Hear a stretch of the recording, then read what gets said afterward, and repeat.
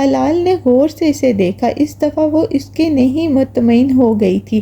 پھر گردن دائیں بائیں گھمائی۔ دیوار پر ایک بڑا فوٹو فریم آویزاں تھا۔ اس میں قاسم فرید مسکرا رہے تھے۔ کیا یہ بیربل کی طرح آپ کے بھی پاپا ہیں؟ اس نے پہلو میں ایک دم بہت سی تکلیف ہوئی۔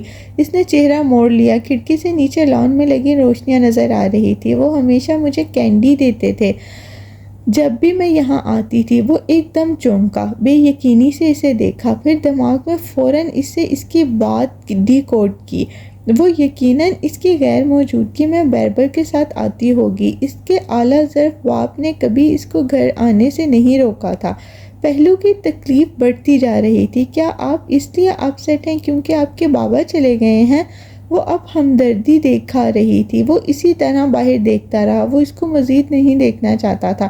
اس کا سر درد سے پھٹا جا رہا تھا۔ جاؤ یہاں سے اب کہ وہ دھیرے سے بولا، مگر نیچے بیربل ہے اور وہ مجھے تنگ کرتا ہے۔ وہ ونگ چیئر پہ پیچھے ہو کر آرام سے بیٹھی تھی۔ اس نے جواب نہیں دیا، لیکن وہ اس کی بات سن رہا تھا۔ وہ مجھے کہتا ہے میرے بال بہت لمبے ہیں، وہ انہیں کاٹ دے گا۔ اس کا لہجہ روحانسا سا تھا۔ ماہر نے نظریں موڑی، اس کے لمبے گھنگریالے بالوں کو دیکھا، کہا کچھ نہیں۔ ہیلز کی آواز زینوں سے اوپر آتی سنائی دی اور پھر زارا کی کوفت بھری پکار، حلال کیوں ماہر کو تنگ کر رہی ہو؟ چلو نیچے۔ اب کہ ذرا ڈپٹ کر بولی تھی۔ ماہر نے پہلو بدلا۔ کچھ تھا جو اسے برا لگا تھا، لیکن اس نے لب نہیں کھولے۔ اوکے۔ وہ بد دلی سے اٹھی اور پیر نیچے اتارے۔ ماہر نے رکی ہوئی سانس خارج کی۔ اب وہ چلی جائے گی، لیکن اسے محسوس ہوا کہ وہ اس کے قریب آ رہی ہے۔ اس سے پہلے کہ وہ سنبھلتا، وہ اس کے بائیں جانب آ کے رکی اور آگے بڑھ کر نرمی سے اس کے گال کو چوما۔ بائے، ہلکا سا بولی اور پھر دروازے کی طرف بھاگی۔ وہ جہاں تھا وہیں بیٹھا رہ گیا۔ سگار والا ہاتھ ابھی تک نیچے گرا تھا۔ کوئی اتنے برس اپنی ہی آنکھوں سے کیسے نفرت کر سکتا ہے؟ وہ شاپنگ مال کی راہداری میں آگے بڑھتی جا رہی تھی۔ پیروں میں گلابی تسموں والے جاگرز تھے، بال کسی پونی میں بندھے تھے، لمبا ڈھیلا ڈھالا کرتا اور گردن میں لپٹا سکارف۔ وہ چہرہ گھما گھما کے اطراف میں شاپس کو بھی دیکھتی جا رہی تھی۔ شاپنگ مال کی رونق عروج پر تھی، غالباً سیلز لگی ہوئی تھی۔ وہ ظہیر سے ملنے آئی تھی، اسے اپنا فیصلہ سنانے۔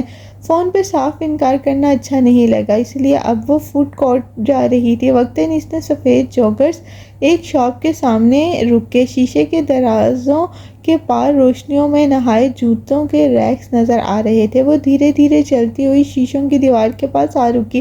سامنے سفید رنگ کے سٹائلز ہیلز رکھے تھے، 4 انچ کی لمبی ہیلز والے نازک جوتے پر جو کسی سنڈریلا کے لیے بنے تھے۔ اس کے لبوں پہ خود بخود مسکراہٹ بکھر گئی۔ انگلیوں سے شیشوں کی دیوار کو چھوا۔ ہیلز اور اس کی انگلیوں کے درمیان بس 1 انچ کا موٹا شیشہ تھا۔ پھر نگاہ ان کی قیمت پر پڑی۔ اس نے گہری سانس لی، ہاتھ نیچے گرا لیا۔ اتنی مہنگی ہیلز وہ ابھی نہیں لے سکتی تھی، لیکن کبھی نہ کبھی وہ لے گی۔ جب وہ ایک بزنس مین کی بیوی ہوگی، وہ دنیا پھرے گی اور ہر ملک کے بہترین جوتے اکٹھے کرے گی۔ مسکرا کے خود کو تسلی دی اور آگے بڑھ گئی۔ اس کا دل مطمئن تھا۔ ظہیر فوڈ کورٹ میں اس کا انتظار کر رہا تھا۔ میز پہ شاپنگ بیگز بھی تھے اور اسٹرا سے کوئی ڈرنک پی رہا تھا۔ اسے دیکھتے ہی گرم جوشی سے اٹھ کھڑا ہوا۔ مجھے خوشی ہوئی ہے کہ تم میری آفرز کے بارے میں سوچا۔ ظہیر، پہلے میری بات تحمل سے سنو، میں سنجیدگی سے کہتی بیٹھی۔ تمہارا سابرا ابھی لگ رہا ہے، بیچارے نے اتنے مان سے کہا تھا، اور برا سا لگ رہا ہے، بیچارے نے اتنے مان سے کہا تھا اور وہ اس کا مان توڑنے جا رہی تھی۔ یہ مت کہنا کہ تم انکار کرنے جا رہی ہو۔ ظہیر نے اسٹرا ربوں سے دباتے ہوئے غور سے دیکھا۔ مالا نے تھوک نکلا، کسی ہوئی پونی والا سر جھکا دیا۔ انکار کرنا اس کے لیے دنیا کا مشکل ترین کام تھا۔ میری شادی ہو رہی ہے۔ چہرہ اٹھا کے سب آنکھوں سے اسے دیکھا۔ ظہیر نے ایک گہری سانس خارج کی۔ اور تم دوسری لڑکیوں کی طرح شادی کے بعد گھر بیٹھ جاؤ گی؟ نہیں، میں کام کرتی رہوں گی، لیکن جس سے میری شادی ہو رہی ہے وہ بہت ٹریول کرتا ہے، ایسے میں تمہارے ساتھ کام نہیں کر سکوں گی۔ کون سا کل شادی ہو رہی ہے اور میں تمہیں پارٹنرشپ آفر کر رہا ہوں، 1 سال کام کر لو پھر دیکھ لیں گے۔ میں ایک اپنے بزنس کا حصہ نہیں بن سکتی جو میری زندگی کے اگلے 5 سال کے پلان میں شامل نہ ہو۔ مالا، تم مجھے مایوس کر رہی ہو۔ لڑکیاں چاند پہ جا رہی ہیں، تمہیں شادی کی پڑی ہے۔ وہ مسکرا دی۔ پہلی بات، نیل آرمسٹرانگ کے بعد کوئی آج تک چاند پہ نہیں گیا۔ دوسری بات، جو چاند پر جاتا ہے وہ وہاں رہ جاتا ہے، اسے واپس گھر آنا ہوتا ہے۔ پھر وہ پیچھے ہو کے بیٹھی اور مسکرا کر شانے اچکائے، اور شادی سب کو کرنی ہوتی ہے، مجھے بھی کرنی ہے، میں کیریئر کے پیچھے اپنی لائف قربان نہیں کر سکتی۔ ظہیر قدرے دھیما ہوا، گلاس پرے کر دیا اور جیسے موڈ بجھ سا گیا تھا۔ میں سمجھ سکتا ہوں، لیکن اگر تمہارا ارادہ بدلے تو میری آفر اب بھی ٹیبل پہ موجود ہے۔ قدرے توقف سے وہ کھنگارا، ایک دوست کی حیثیت سے تم مجھے کوئی آئیڈیا دینا چاہو گی ریسٹورنٹ کے لیے؟ سب آنکھوں والی لڑکی مسکرائی۔ تمہیں کیوں لگتا ہے کہ میرا آئیڈیا تمہارے کام آئے گا؟ کیونکہ تم نے آئیڈیاز اور بزنس پلانز بنانے میں بہت اچھی ہو، اور جس چیز میں ہم اچھے ہوتے ہیں اسے کبھی مفت میں نہیں کرنا چاہیے۔ نرمی سے اسے بہت کچھ باور کرا دیا اور گہری سانس لے کر رہ گیا۔ چلو تمہیں شادی کی مبارک ہو، میں تمہارے لیے کافی لاتا ہوں۔ وہ اٹھ کے کافی شاپ کی جانب چلا گیا تو وہ گردن موڑ کے یوں ہی اطراف میں دیکھنے لگی۔ قریب میں ایک فربہ مائل عورت اور ایک نوجوان بیٹی شاپنگ بیگز کے ڈھیر اٹھائے آگے جا رہی تھی۔ جس طرف وہ تھکے ماندے انداز میں بار بار یک فہرست کے ہاتھ میں لیے چیزیں گن رہی تھی، صاف معلوم ہوتا تھا جہیز کی شاپنگ کر رہی ہے۔ کچھ دن بعد یہی اس کی بھی زندگی میں ہوگی، اور اس تبدیلی کے لیے پورے دل سے تیار تھی۔ اسے سفید سلور ہیلز پھر سے یاد آ گئی۔ وہ مسکرا دی، ایک دم سے دنیا زیادہ حسین لگنے لگی تھی۔